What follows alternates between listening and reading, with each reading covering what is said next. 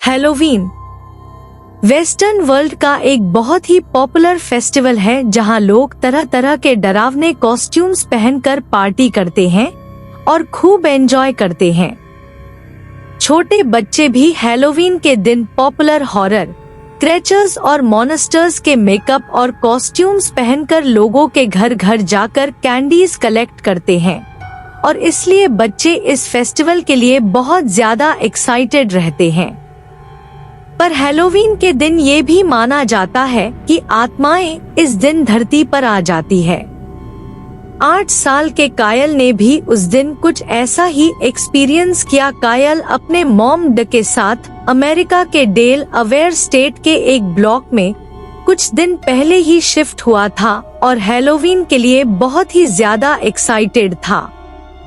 कायल ने अपने दोस्तों के साथ एक प्लान बनाया कि वो सब शाम को 6 बजे मिलेंगे और सब अलग अलग लोगों के घर जाकर उनसे ढेर सारी कैंडीज मांगेंगे। कायल और उसके दोस्त कई देर तक आसपास की गलियों में घूम रहे थे और उन्हें कई सारी भी मिल गई थी। पर कायल थोड़ा उदास था क्योंकि कायल को अभी तक अपनी फेवरेट कैंडी नहीं मिली थी। निराश कायल अपने दोस्तों को विदा कर अकेला अपने घर की ओर ही जा रहा था जब उसके सामने से पिंक स्वेटर और जीन्स पहने लंबे बालों वाली करीब 50 साल की एक औरत गुजरी। उस औरत के हाथ में एक थैला था जिसमें कई सारी कैंडीज थी, जिसमें से कायल की फेवरेट कैंडी भी थी। उस कैंडी के लिए कायल उस पिंक स्वेटर वाली औरत के पीछे पीछे जाने लगा और एक के बाद एक ब्लॉक्स क्रॉस करता गया।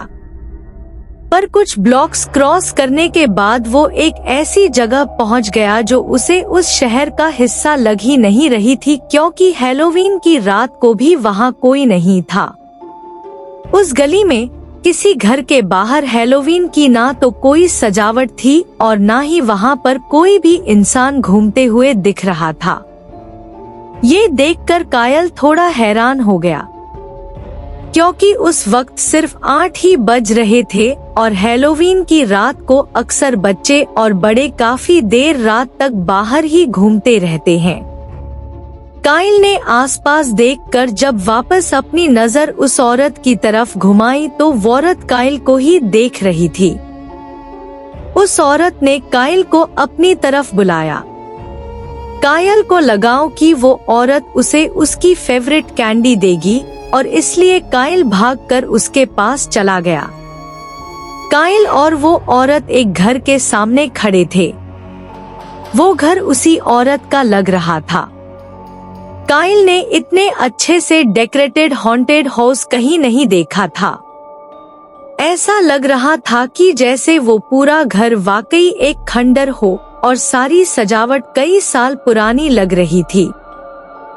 उस औरत के घर के बाहर एक पेड़ भी था जिस पर एक बहुत डरावना सा पुतला भी लटका हुआ था, जिसको हैलोवीन की डेकोरेशन का बहुत शौक था। उन डेकोरेशन को निहारता हुआ उस औरत के एकदम पास पहुंच गया।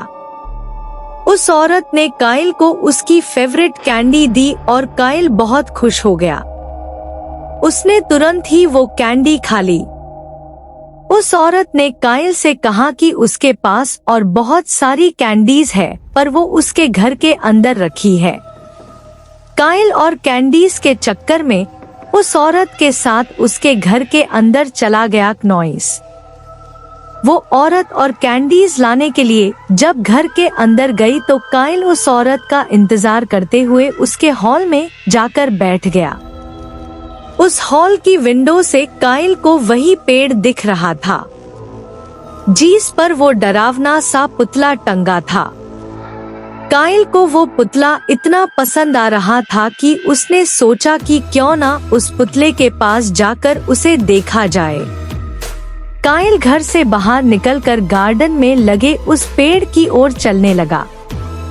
पर चलते चलते कायल को ऐसा लग रहा था जैसे कोई दूर से उस पर नजर गड़ाए बैठा है।